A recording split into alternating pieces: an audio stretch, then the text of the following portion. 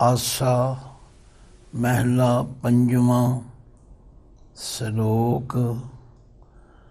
बन बन फिरती खोजती, हारी बहु अवगाहे। नानक भेटे साध जब, हर पाया मन माहे। छंत जाको खोजें असंख मुनि अनेक तपे। ब्रह्मे कोट आराधें, ज्ञानी जाप जपे। जप ताप संयम क्रिया पूजा, अनेक शोधन बंदना। कर गमन बसुदा, तीर्था मज्जन। मिलन को निरंजना। मानुख बन तिन पशु पंखी, सगल तुझे आराधते।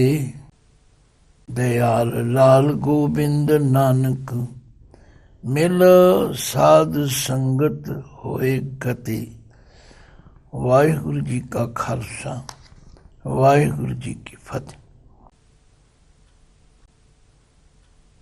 ਹੁਣ ਤੀਕਰ ਅਸੀਂ ਗੁਰਬਾਣੀ ਦੀ ਵਿਚਾਰ ਕਰਦਿਆਂ ਕਰਦਿਆਂ ਇਹ ਗੱਲ ਸਮਝ ਵਿੱਚ ਆਈ ਹੈ ਕਿ ਮਨੁੱਖਾ ਜਨਮ ਸਭ ਤੋਂ ਉੱਤਮ ਹੈ, ਕਿਉਂਕਿ ਇਸ ਜਨਮ ਵਿੱਚ ਹੀ ਪਰਮਾਤਮਾ ਨੂੰ ਪ੍ਰਾਪਤ ਕੀਤਾ ਜਾ ਸਕਦਾ ਹੈ। ਮਨੁੱਖ ਤੋਂ ਬਿਨਾਂ ਹੋਰ ਅਨੇਕਾਂ ਹੀ ਜੂਨੀਆਂ ਹਨ। ਗੁਰਬਾਣੀ ਵਿੱਚ ਵੀ ਬਾਰ-ਬਾਰ 84 ਲੱਖ ਜੂਨੀਆਂ ਦਾ ਜ਼ਿਕਰ ਹੈ। ਕਈ ਬੰਦੇ ਗੁਰੂ ਕੇ ਬਚਨਾਂ ਤੇ ਵਿਸ਼ਵਾਸ ਨਹੀਂ ਕਰਦੇ, ਆਪਣੀ ਚਤੁਰਾਈ ਨਾਲ ਕਹਿੰਦੇ ਨੇ ਕਿਉਂ ਜੀ ਤੁਸੀਂ ਦੇਖ ਲਈਆਂ ਨੇ। ਭਾਈ ਸਭ ਤੋਂ ਪਹਿਲੀ ਗੱਲ ਇਹ ਕਹਿਣਾ ਹੀ ਵਾਜਬ ਨਹੀਂ। ਗੁਰੂ ਸਾਹਿਬ ਤੇ ਸ਼ੰਕਾ ਕਰਦੇ ਅਸੀਂ, ਜੋ ਉਹਨਾਂ ਨੇ ਫਰਮਾਇਆ ਠੀਕ ਫਰਮਾਇਆ। ਸਾਰੇ ਧਰਮ ਗ੍ਰੰਥਾਂ ਵਿੱਚ 84 ਲੱਖ ਜੂਨੀ ਦਾ ਜ਼ਿਕਰ। ਭਾਈ ਦੇਖਣਾ ਇਹ ਹੈ ਕਿ ਗੁਰੂ ਸਾਹਿਬ ਕਹਿ ਕੀ ਰਹੇ, ਉਧਰ ਸਾਡਾ ਧਿਆਨ ਨਹੀਂ ਜਾਂਦਾ। ਅਸੀਂ ਜੂਨੀਆਂ ਦੀ ਗਿਣਤੀ ਕਰ ਲਈਏ, ਉਹਨਾਂ ਦੀ ਖੋਜ ਕਰ ਲਈਏ, ਪਹਿਲੀ ਗੱਲ ਤੇ ਕਰ ਨਹੀਂ ਸਕਦੇ। ਇਸ ਲਈ ਗੁਰੂ ਪਾਤਸ਼ਾਹ ਨੇ ਮੋਹਰ ਲਾ ਦਿੱਤੀ ਕਿ ਤੁਮਰੀ ਗਤ ਮਿਤ ਤੁਮ ਹੀ ਜਾਨੀ। ਹੇ ਵਾਹਿਗੁਰੂ, ਤੁਹਾਡੀ ਗਤ ਮਿਤੀ ਤੁਸੀਂ ਹੀ ਜਾਣਦੇ। ਨਾਨਕ ਦਾਸ ਸਦਾ ਕੁਰਬਾਨੀ, ਅਸੀਂ ਤਾਂ ਕੁਰਬਾਨ ਜਾਂਦੇ ਹਾਂ ਤੁਹਾਡੇ। ਇੱਥੇ ਗਿਣਤੀ ਮਿਣਤੀ ਕਰਨ ਦਾ ਸਾਨੂੰ ਕੋਈ ਹੱਕ ਵੀ ਨਹੀਂ, ਇਹ ਬਣਾਉਣ ਵਾਲਾ ਜਾਣਦਾ ਹੈ। ਤੇ ਜੇ ਕੋਈ ਆਖੇ ਨਹੀਂ ਮੈਂ ਜ਼ਰੂਰ ਗਿਣਤੀ ਮਿਣਤੀ ਕਰਨੀ, ਕਰੀ ਜਾ ਭਾਈ, ਪਰ ਕਰ ਨਹੀਂ ਸਕਦਾ। 42 ਲੱਖ ਜੀ ਜਲ ਮੈਂ ਹੋਤੇ, 84 ਲੱਖ ਵਿੱਚੋਂ 42 ਲੱਖ ਤੇ ਪਾਣੀ ਵਿੱਚ ਨੇ। ਹੁਣ ਪਾਣੀ ਦੇ ਜਿਹੜੇ ਜੀਵ ਜੰਤੂ ਨੇ, ਜੂਨੀਆਂ ਨੇ, ਉਹ ਕਿਵੇਂ ਗਿਣਾਂਗੇ? ਇਸ ਲਈ ਹਮੇਸ਼ਾ ਇੱਕ ਗੱਲ ਯਾਦ ਰੱਖੋ, ਅੰਬ ਖਾਓ ਬੂਟੇ ਨਾ ਗਿਣੋ। ਗੁਰੂ ਮਹਾਰਾਜ ਦਾ ਆਸ਼ਾ ਕੀ ਹੈ? ਸਤਿਗੁਰੂ ਫਰਮਾਉਂਦੇ ਨੇ ਕਿ ਇਹ ਮਨੁੱਖਾ ਜਨਮ ਵਿੱਚ ਹੀ ਇਹ ਕੰਮ ਕੀਤਾ ਜਾ ਸਕਦਾ, ਪਰ ਫਿਰ ਜਦੋਂ ਲੋਕ ਰੱਬ ਨੂੰ ਮਿਲਣ ਵਾਸਤੇ ਕਈ ਤਰ੍ਹਾਂ ਦੇ ਕਰਮ ਕਾਂਡ ਕਰ ਰਹੇ ਹੋ, ਗੁਰਬਾਣੀ ਉਸ ਦਾ ਵੀ ਖੰਡਨ ਕਰਦੀ। ਜਦੋਂ ਮੈਂ ਕਿਧਰੇ ਗੁਰੂ ਅਰਜਨ ਦੇਵ ਪਾਤਸ਼ਾਹ ਜੀ ਦਾ ਉਹ ਸ਼ਬਦ ਪੜ੍ਹਦਾ ਜਿਸ ਵਿੱਚ ਮਹਾਰਾਜ ਨੇ ਫਰਮਾਇਆ, ਪਾਠ ਪੜ੍ਹਿਓ ਅਰ ਵੇਦ ਵਿਚਾਰਿਓ, ਨਿਵਲ ਭੋਂਗਮ ਸਾਧੇ। ਪੰਚ ਜਨਾ ਸਿਉ ਸੰਗ ਨ ਛੁਟਕਿਓ, ਅਧਿਕ ਅਹੰਗ ਬੁੱਧ ਬਾਧੇ। ਪਿਆਰੇ ਇਨ ਬਿਦ ਮਿਲਣ ਨ ਜਾਈ, ਮੈਂ ਕੀਏ ਕਰਮ ਅਨੇਕਾ। ਹਾਰ ਭਰਿਓ ਸੁਆਮੀ ਕੇ ਦੁਆਰੇ, ਦੀਜੇ ਬੁੱਧ ਵਿਵੇਕ। ਸਾਨੂੰ ਲੋੜ ਹੈ ਵਿਵੇਕ ਦੀ। ਇਹ ਗੁਰੂ ਕੋਲੋਂ ਮਿਲਣਾ ਹੈ ਤੇ ਜਿਹਨੂੰ ਵਿਵੇਕ ਮਿਲ ਗਿਆ ਉਹ ਇਹੋ ਜਿਹੇ ਚੱਕਰਾਂ ਵਿੱਚ ਫਿਰ ਨਹੀਂ ਪੈਂਦਾ। ਮਹਾਰਾਜ ਨੇ ਇਹ ਜੋ ਕੁਝ ਵਰਣਨ ਕੀਤਾ ਇਸ ਲਈ ਨਹੀਂ ਕੀਤਾ ਵੀ ਇਹ ਕਰਮ ਅਸੀਂ ਕਰਨੇ ਨੇ, ਨਹੀਂ, ਆਖਿਆ ਨਹੀਂ ਕਰਨੇ, ਇਹਨਾਂ ਦੇ ਕਰਨ ਦਾ ਕੋਈ ਲਾਭ ਨਹੀਂ। ਫਿਰ ਮਹਾਰਾਜ ਕੀ ਕਰੀਏ? ਹਰ ਕੀਰਤ ਸਾਧ ਸੰਗਤ ਹੈ, ਸਿਰ ਕਰਮਨ ਕੇ ਕਰਮ। ਸਾਰੇ ਕਰਮਾਂ ਦਾ ਸ਼੍ਰੋਮਣੀ ਕਰਮ ਹੈ ਗੁਰੂ ਦੀ ਸੰਗਤ ਕਰ, ਤੇ ਗੁਰੂ ਦੀ ਸੰਗਤ ਵਿੱਚ ਬਹਿ ਕੇ ਹਰੀ ਦੀ ਕੀਰਤੀ ਕਰ। ਹਰ ਕੀਰਤ ਸਾਧ ਸੰਗਤ ਹੈ, ਸਿਰ ਕਰਮਨ ਕੇ ਕਰਮਾ। ਕਉ ਨਾਨਕ ਤਿਸ ਭਇਓ ਪ੍ਰਾਪਤ, ਜਿਸ ਪੁਰਬ ਲਿਖੇ ਕਰ ਲੈਣਾ। ਤੇਰੋ ਸੇਵਕ ਇਹ ਰੰਗ ਮਾਤਾ, ਭਇਓ ਕਿਰਪਾਲ ਦੀਨ ਦੁਖ ਭੰਜਨ। ਹਰ ਹਰ ਕੀਰਤਨ ਇਹ ਮਨ ਰਾਤਾ। ਲਓ, ਇਹ ਹੈ ਗੁਰਬਾਣੀ ਦਾ ਨਿਚੋੜ। ਜਿਸ ਛੰਤ ਦਾ ਪਾਠ ਅਸੀਂ ਕੀਤਾ ਉਹਦਾ ਸ਼ਲੋਕ ਸਭ ਤੋਂ ਪਹਿਲਾਂ ਮਹਾਰਾਜ ਕਹਿੰਦੇ ਨੇ, ਸ਼ਲੋਕ ਬਨ ਬਨ ਫਿਰਤੀ ਖੋਜਤੀ। ਹੁਣ ਇੱਕ ਹੋਰ ਬੜੀ ਸਮੱਸਿਆ ਹੈ। ਸਾਡੇ ਸੰਪਰਦਾਈ ਗਿਆਨੀ ਬੜੇ ਸਤਿਕਾਰਯੋਗ ਨੇ, ਉਹਨਾਂ ਨੇ ਚਾਹੇ ਤਾਂ ਵਿਦਵਤਾ ਲਈ ਤੇ ਚਾਹੇ ਸਾਨੂੰ ਗਿਆਨਵਾਨ ਬਣਾਉਣ ਲਈ ਇੱਕ ਇੱਕ ਪੰਗਤੀ ਦੇ ਕਈ ਕਈ ਅਰਥ ਕੀਤੇ। ਪਰ ਅੱਜ ਦਾ ਜਗਿਆਸੂ ਚਾਹੁੰਦਾ ਮੈਨੂੰ ਤੇ ਸਿੱਧੀ ਗੱਲ ਕਰੋ, ਸੰਖੇਪ ਗੱਲ ਕਰੋ, ਟੁਕਦੀ ਗੱਲ ਕਰੋ। ਇੱਕੋ ਪੰਗਤੀ ਦੇ ਤੁਸੀਂ ਕਈ ਅਰਥ ਕਰੋਗੇ, ਮੈਂ ਕਿਹੜਾ ਠੀਕ ਮੰਨਾਂ ਤੇ ਕਿਹੜਾ ਕਹਾਂ। ਹੁਣ ਜਿਵੇਂ ਬਨ ਬਨ ਸ਼ਬਦ ਹੈ, ਬੜਾ ਸਪਸ਼ਟ ਹੈ ਕਿ ਜੰਗਲਾਂ ਵਿੱਚ ਲੱਭਣਾ। ਕਿਸੇ ਨੇ ਅਰਥ ਕੀਤੇ ਹਨ ਕਈ ਰੂਪ ਧਾਰ ਕੇ, ਕਈ ਨੇ ਬਨ ਦਾ ਅਰਥ ਪਾਣੀ ਕੀਤਾ ਤੀਰਥਾਂ ਤੇ ਜਾ ਕੇ। ਇਹ ਸਾਰਾ ਕੁਝ ਵਿੱਚ ਹੀ ਆ ਜਾਣਾ। ਪਰ ਇੱਥੇ ਬਨ ਦੇ ਨੰਨੇ ਨੂੰ ਔਂਕੜ ਹੈ ਤੇ ਇਹਦਾ ਅਰਥ ਜੰਗਲ ਹੈ। ਆਮ ਸਾਡੇ ਸਾਧੂ ਸੰਤ ਜੋਗੀ ਘਰ ਛੱਡ ਕੇ ਜੰਗਲਾਂ ਵਿੱਚ ਫਿਰਦੇ, ਕਾਹਦੇ ਲਈ? ਰੱਬ ਨੂੰ ਲੱਭਣ ਵਾਸਤੇ। ਬਨ ਬਨ ਫਿਰਤੀ ਖੋਜਤੀ। ਹੁਣ ਖੋਜਤੀ ਇਸਤਰੀ ਲਿੰਗ ਹੈ, ਲੁਕਾਈ, ਬਹੁ ਗਿਣਤੀ ਲੋਕਾਂ ਦੀ ਜੰਗਲਾਂ ਵਿੱਚ ਉਸ ਰੱਬ ਨੂੰ ਲੱਭਦੀ ਫਿਰਦੀ। ਹਾਰੀ ਬਹੁ ਅਵਗਾਹ। ਅਵਗਾਹ ਦਾ ਮਤਲਬ ਹੁੰਦਾ ਕਿਸੇ ਚੀਜ਼ ਦੀ ਸਟੱਡੀ ਕਰਨੀ, ਪੜਚੋਲ ਕਰਨੀ, ਉਹਨੂੰ ਖੋਜਣਾ। ਮਹਾਰਾਜ ਨੇ ਇੱਕੋ ਹੀ ਗੱਲ ਮੁਕਾ ਦਿੱਤੀ, ਬਹੁ ਸ਼ਾਸਤਰ ਬਹੁ ਸਿਮਰਤੀ, ਪੇਖੇ ਸਰਬ ਠਿੰਡੋਲ। ਪੂਜਸ ਨਾਈ ਹਰ ਹਰੇ, ਨਾਨਕ ਨਾਮ ਅਮੋਲ। ਲੁਕਾਈ ਉਸ ਪਰਮਾਤਮਾ ਨੂੰ ਮਿਲਣ ਵਾਸਤੇ ਬਨ ਬਨ ਫਿਰਤੀ ਖੋਜਤੀ।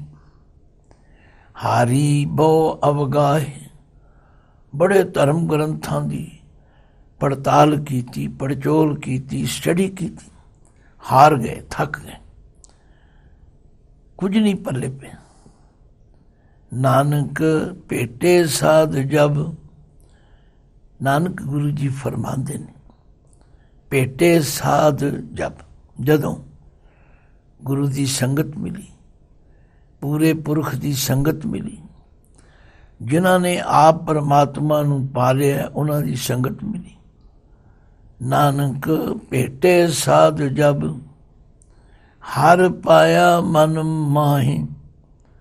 ਹੁਣ ਹਰੀ ਨੂੰ ਆਪਣੇ ਮਨ ਵਿੱਚ ਹੀ ਵਸਤਾ ਲੱਭ ਲਿਆ। ਮਹਾਰਾਜ ਨੇ ਇਸੇ ਲਈ ਫਰਮਾਇਆ, ਖੋਜਤ ਖੋਜਤ ਤਤ ਵਿਚਾਰਿਓ, ਦਾਸ ਗੋਵਿੰਦ ਪਰਾਇਣ। ਅਬਨਾਸੀ ਖੇਮ ਚਾਹੇ ਜੇ ਨਾਨਕ, ਸਦਾ ਸਿਮਰ ਨਾਰਾਇਣ। ਭੂਲੇ ਮਾਰਗ ਜਿਨੇ ਬਤਾਇਆ, ਐਸਾ ਗੁਰਬਡ ਭਾਗੀ ਪਾਇਆ। ਸਿਮਰ ਮਨਾ ਰਾਮ ਨਾਮ ਚਿਤਾਰੇ, ਬਸ ਰਹੇ ਹਿਰਦੇ ਗੁਰ ਚਰਨ ਪਿਆਰੇ। ਆਖਿਆ ਉਹਨਾਂ ਗੁਰਮੁਖਾਂ ਦੀ ਸੰਗਤ ਕੀਤੀ। ਉਸ ਸੰਗਤ ਦੇ ਕਰਨ ਨਾਲ ਉਹ ਪਰਮਾਤਮਾ ਆਪਣੇ ਅੰਦਰੋਂ ਹੀ ਲੱਭ ਪਿਆ। ਬਾਹਰ ਢੂੰਡਣ ਤੇ ਛੂਟ ਪਰੇ, ਗੁਰ ਘਰ ਹੀ ਮਾਹੇ ਦਿਖਾਇਆ ਤਾਂ।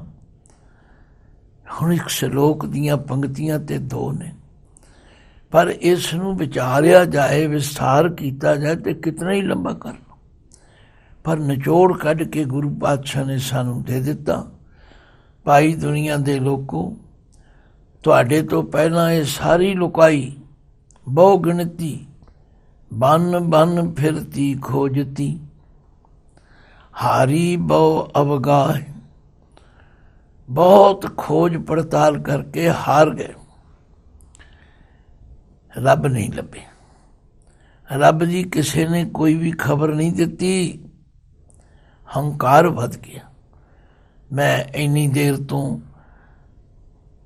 ਸਾਧੂ ਬਣਿਆ ਹਾਂ, ਮੈਂ ਇੰਨੇ ਤੀਰਥਾਂ 'ਤੇ ਗਿਆ ਹਾਂ, ਮੈਂ ਇੰਨੇ ਜੰਗਲਾਂ ਵਿੱਚ ਫਿਰਿਆ ਹਾਂ, ਕਦੇ ਮੈਂ ਬਿੰਦਰਾ ਬਣ ਗਿਆ, ਕਦੇ ਮੈਂ ਮਥੁਰਾ ਗਿਆ, ਕਦੇ ਮੈਂ ਕਿਸੇ ਬਨ ਵਿੱਚ ਗਿਆ, ਕਦੇ ਬਨ ਬਨ ਫਿਰਤੀ ਖੋਜਤੀ, ਹਾਰੀ ਬਹੁ ਅਵਗਾਹ, ਨਾਨਕ ਭੇਟੇ ਸਾਧ ਜਬ, ਹਰ ਪਾਇਆ ਮਨ ਮਾਹੀ। ਹਰੀ ਲੱਭ ਗਿਆ ਮਨ ਵਿੱਚੋਂ ਹੀ। ਭਾਵ ਬਾਹਰ ਭਟਕਣਾ ਬਿਲਕੁਲ ਫਜ਼ੂਲ ਨਹੀਂ, ਉਹਦਾ ਕੋਈ ਲਾਭ ਨਹੀਂ ਹੋਇਆ। ਹੁਣ ਹੈ ਤੇ ਉਹ ਸਾਡੇ ਅੰਦਰ ਤੇ ਅਸੀਂ ਲੱਭਦੇ ਫਿਰਦੇ ਹਾਂ ਬਾਹਰ। ਇਹਦਾ ਮਤਲਬ ਇਹ ਨਹੀਂ ਕਿ ਬਾਹਰ ਨਹੀਂ ਹੈਗਾ, ਬਾਹਰ ਵੀ ਹੈ, ਪਰ ਅੰਦਰੋਂ ਲੱਭਣਾ ਸੌਖਾ ਹੈ ਕਿ ਬਾਹਰੋਂ ਲੱਭਣਾ ਸੌਖਾ।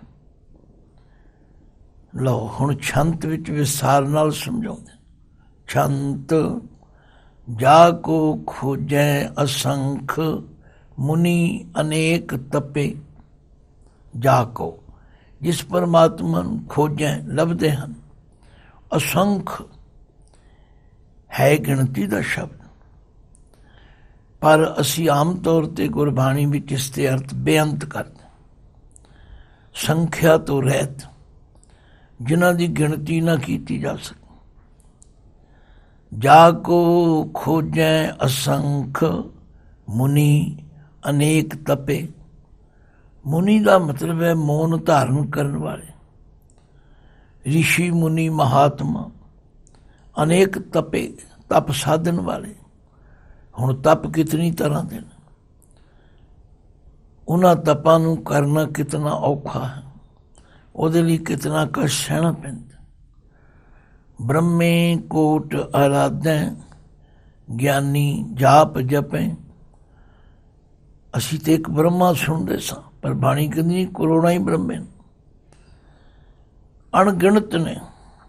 ਆਰਾਧੈ ਇਹ ਬਹੁਵਚਨ ਹੈ। ਇਹ ਬੜੀ ਪ੍ਰੋਬਲਮ ਆ ਰਹੀ ਹੈ ਕਿ ਅਸੀਂ ਇੱਕ ਵਚਨ ਤੇ ਬਹੁਵਚਨ ਦਾ ਨਖੇੜਾ ਕਰਨ ਤੋਂ ਅਸਮਰਥ। ਆਮ ਪ੍ਰੇਮੀ ਆਰਾਧੈ ਬੋਲਦੇ ਨੇ, ਨਹੀਂ ਆਰਾਧੈ। ਹਾਏ ਨੂੰ ਸਿਹਾਰੀ ਦਾ ਮਤਲਬ ਬਹੁਵਚਨ ਹੈ। ਬ੍ਰਹਮੇ ਕੋਟ ਆਰਾਧੈ, ਕਰੋੜਾਂ ਹੀ ਬ੍ਰਹਮੇ, ਕਿਉਂਕਿ ਕੋਟ ਬਾਣੀ ਵੀ ਤਿੰਨ ਤਰ੍ਹਾਂ ਹੁੰਦਾ। ਕੋਟ ਟੈਂਕੇ ਨੂੰ ਸਿਹਾਰੀ ਨਾਲ, ਕੋਟ ਟੈਂਕੇ ਨੂੰ ਔਂਕੜ ਨਾਲ, ਕੋਟ ਟੈਂਕਾ ਮੁਕਤਾ।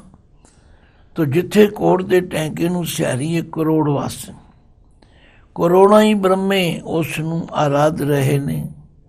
ਗਿਆਨੀ ਜਾਪ ਜਪੇ, ਗਿਆਨਵਾਨ ਜਿਨ੍ਹਾਂ ਨੂੰ ਬੜੀ ਨੌਲੇਜ ਹੈ, ਕਈ ਤਰੀਕਿਆਂ ਨਾਲ ਉਹ ਜਾਪ ਜਪ ਰਹੇ ਨੇ। ਕੋਈ ਕਿਸੇ ਜਾਪ ਨੂੰ ਚੰਗਾ ਕਹਿੰਦਾ, ਕੋਈ ਕਿਸੇ ਜਾਪ, ਕਿਸੇ ਦਾ ਕੋਈ ਤਰੀਕਾ ਹੈ, ਕਿਸੇ ਦਾ ਕੋਈ ਤਰੀਕਾ। ਜਪ ਤਾਪ ਸੰਜਮ ਕਿਰਿਆ ਪੂਜਾ, ਅਨੇਕ ਸੋਧਨ ਬੰਧਨਾ। ਕਈ ਤਰ੍ਹਾਂ ਦੇ ਜਾਪੀ ਕਰਦੇ ਨੇ, ਤਾਪ ਤਾਪੀ ਕਰਦੇ ਨੇ। ਸੰਜਮ ਕਈ ਤਰ੍ਹਾਂ ਦੇ ਨਿਯਮ ਬਣਾਏ ਹੋਏ। ਮੈਂ ਇਹ ਨਹੀਂ ਕਰਨਾ, ਮੈਂ ਉਹ ਨਹੀਂ ਖਾਣਾ, ਮੈਂ ਉਹ ਨਹੀਂ ਰਹਿਣਾ, ਮੈਂ ਉਧਰ ਨਹੀਂ। ਕਿਰਿਆ ਕਈ ਤਰ੍ਹਾਂ ਦੀ ਕਿਰਿਆ ਹੈ। ਪੂਜਾ ਦੇ ਵੱਖ ਵੱਖ ਤਰੀਕੇ ਨੇ। ਜਿੰਨੇ ਅਸਥਾਨਾਂ 'ਤੇ ਜਾਓ, ਜਿੰਨੇ ਧਰਮਾਂ ਦੀ ਸਟੱਡੀ ਕਰੋ, ਸਭ ਦੇ ਆਪਣੇ ਆਪਣੇ ਤਰੀਕੇ ਨੇ। ਸਾਡੇ ਤੇ ਸਿੱਖ ਧਰਮ ਦੇ ਡੇਰਿਆਂ ਵਿੱਚ ਚਲੇ ਜਾਓ, ਕਿਸੇ ਇੱਕ ਡੇਰੇ ਦੀ ਮਰਿਆਦਾ ਦੂਜੇ ਨਾਲ ਨਹੀਂ ਰਲਦੀ। ਹੁਣ ਅਸੀਂ ਗਲਤ ਕਿਹਨੂੰ ਕਹੀਏ, ਠੀਕ ਕਿਹਨੂੰ ਕਹੀਏ? ਭਾਵੇਂ ਅਕਾਲ ਤਖਤ ਨੇ ਸਾਨੂੰ ਸਿੱਖ ਰਹਿਤ ਮਰਿਆਦਾ ਛਾਪ ਕੇ ਦਿੱਤੀ, ਫਰੀ ਵੰਡਦੇ ਨੇ, ਦੱਸ ਰਹੇ ਨੇ, ਬੜੇ ਬੜੇ ਗ੍ਰੰਥੀ ਸਿੰਘਾਂ ਦੇ ਕੈਂਪ ਲਾ ਕੇ ਪੜ੍ਹਾਈ, ਪਰ ਨਹੀਂ। ਸਾਡੇ ਵੱਖ-ਵੱਖ ਸੰਪਰਦਾਵਾਂ ਤੇ ਡੇਰਿਆਂ ਦੀ ਮਰਿਆਦਾ ਅਜੇ ਇੱਕ ਨਹੀਂ ਹੋ ਸਕਦੀ। ਤੂੰ ਕਹਿਣ ਦਾ ਪੂਜਾ ਕਰਨ ਦਾ ਤਰੀਕਾ ਸਭ ਦਾ ਵੱਖ। ਜਪ ਤਾਪ ਸੰਜਮ ਕਿਰਿਆ ਪੂਜਾ ਅਨੇਕ ਸੋਧਨ ਬੰਧਨਾ। ਕਈ ਤਰ੍ਹਾਂ ਦੀਆਂ ਸੋਧਣਾ। ਸੋਧਣਾ ਦਾ ਮਤਲਬ ਹੈ ਆਪਣੇ ਸਰੀਰ ਨੂੰ ਸਵਾਰਨਾ। ਕਈ ਤਰ੍ਹਾਂ ਦੀ ਸੋਧ। ਮੈਂ ਇਹ ਨਹੀਂ ਕਰਦਾ, ਮੈਂ ਉਹ ਨਹੀਂ ਕਰਦਾ। ਨਮਸਕਾਰ ਕਰਨ ਦੇ ਤਰੀਕੇ ਵੀ ਵੱਖ-ਵੱਖ ਨੇ। ਕੋਈ ਡੰਡੌਤ ਕਰ ਰਿਹਾ, ਕੋਈ ਅਸ਼ਟਾਂਗ ਡੰਡੌਤ ਕਰ ਰਿਹਾ, ਕੋਈ ਨਮਸਕਾਰ ਕਰ ਰਿਹਾ। ਜਪ ਤਾਪ ਸੰਜਮ ਕਿਰਿਆ ਪੂਜਾ ਅਨੇਕ ਸੋਧਨ ਬੰਧਨਾ। ਕਰ ਗਮਨ ਬਸੁਦਾ ਤੀਰਥਾ ਮੱਜਨ ਮਿਲਣ ਕੋ ਨਿਰੰਜਨਾ। ਕਰ ਗਮਨ, ਗਮਨ ਦਾ ਮਤਲਬ ਹੈ ਚੱਕਰਵਰਤੀ ਹੋਣਾ। ਬਸੁਦਾ ਨੂੰ ਕਈ ਪ੍ਰੇਮੀ ਬਸੁਦਾ ਪੜ੍ਹ ਦਿੰਦੇ ਨੇ। ਨਹੀਂ, ਇਹ ਵਿਸ਼ੇਸ਼ ਤੌਰ ਤੇ ਹਦਾਇਤ ਹੈ ਕਿ ਇਹਨੂੰ ਬਸੁਦਾ ਨਹੀਂ ਪੜ੍ਹਨਾ। ਸ਼ਬਦ ਹੈ ਬਸੁਦਾ। ਧਰਤੀ ਤੇ ਗਮਨ ਕਰ, ਚੱਕਰਵਰਤੀ ਹੋਏ ਫਿਰਨਾ। ਸਾਡੇ ਵਿੱਚ ਵੀ ਕਈ ਇਸ ਤਰ੍ਹਾਂ ਦੇ ਸੱਜਣ ਮਿਲ ਜਾਂਦੇ, ਉਹ ਇਸੇ ਗੱਲ 'ਚ ਬੜੇ ਖੁਸ਼ ਨੇ। ਅਸੀਂ ਜੀ ਸਾਰੀ ਦੁਨੀਆ ਰਟਨ ਕਹਾਣੀ। ਫਿਰ ਕੀ ਹੋਇਆ ਭਾਈ? ਅਸੀਂ ਤੇ ਉਸ ਪਰਮਾਤਮਾ ਦੇ ਹੁਕਮ ਵਿੱਚ ਜਿੱਥੇ ਰੱਖੇ ਉੱਥੇ ਰਹਿਣਾ, ਜਿੱਥੇ ਭੇਜੇ ਉੱਥੇ ਜਾਣਾ। ਦਾਸ ਨੂੰ ਇੱਕੋ ਜਗ੍ਹਾ ਤੇ ਗੁਰੂ ਨੇ ਬੜੇ ਲੰਬੇ ਸਮੇਂ ਦੀ ਸੇਵਾ ਦਿੱਤੀ। ਪਰ ਸ਼ੁਰੂ 'ਚ ਕਈ ਰਾਗੀ ਜਥਿਆਂ ਨੇ, ਢਾਡੀਆਂ ਨੇ, ਵਿਦਵਾਨਾਂ ਨੇ ਆਉਣਾ, ਗਿਆਨੀ ਜੀ ਤੁਸੀਂ ਸ਼ਾਹਬਾਦ ਨਾਲ ਚੰਬੜੇ ਹੋਏ, ਇੱਥੇ ਕੀ ਹੈ? ਆਓ ਤੁਹਾਨੂੰ ਦੁਨੀਆ ਵਿਖਾਈਏ। ਮੈਂ ਕਿਹਾ ਭਾਈ ਤੁਹਾਨੂੰ ਕੀ ਇਤਰਾਜ਼ ਹੈ? ਵਾਹਿਗੁਰੂ ਨੇ ਮੇਰਾ ਚੋਗਾ ਇੱਕ ਜਗ੍ਹਾ ਰੱਖ ਦਿੱਤਾ, ਤੁਹਾਡਾ ਖਿਲਾਰ ਦਿੱਤਾ। ਤੁਸੀਂ ਖਿਲਾਰਿਆ ਚੁਗੀ ਜਾਓ, ਮੈਂ ਇੱਕੋ ਜਗ੍ਹਾ ਚੁਗੀ ਜਾਂਦਾ। ਜਿੱਦਣ ਉਹਦਾ ਹੁਕਮ ਹੋਵੇਗਾ ਮੈਂ ਵੀ ਚਲਾ ਜਾਵਾਂ। ਤੂੰ ਮੇਰਾ ਕਹਿਣ ਦਾ ਮਤਲਬ ਅਸੀਂ ਆ ਉਹਦੇ ਹੁਕਮ ਅੰਦਰ। ਜਾਂ ਬੈਸਾਲੇ ਤਾਂ ਬੈਸਾਂ ਸੁਆਮੀ, ਜਾਂ ਭੇਜੇ ਤਾਂ ਜਾਵਾਂ।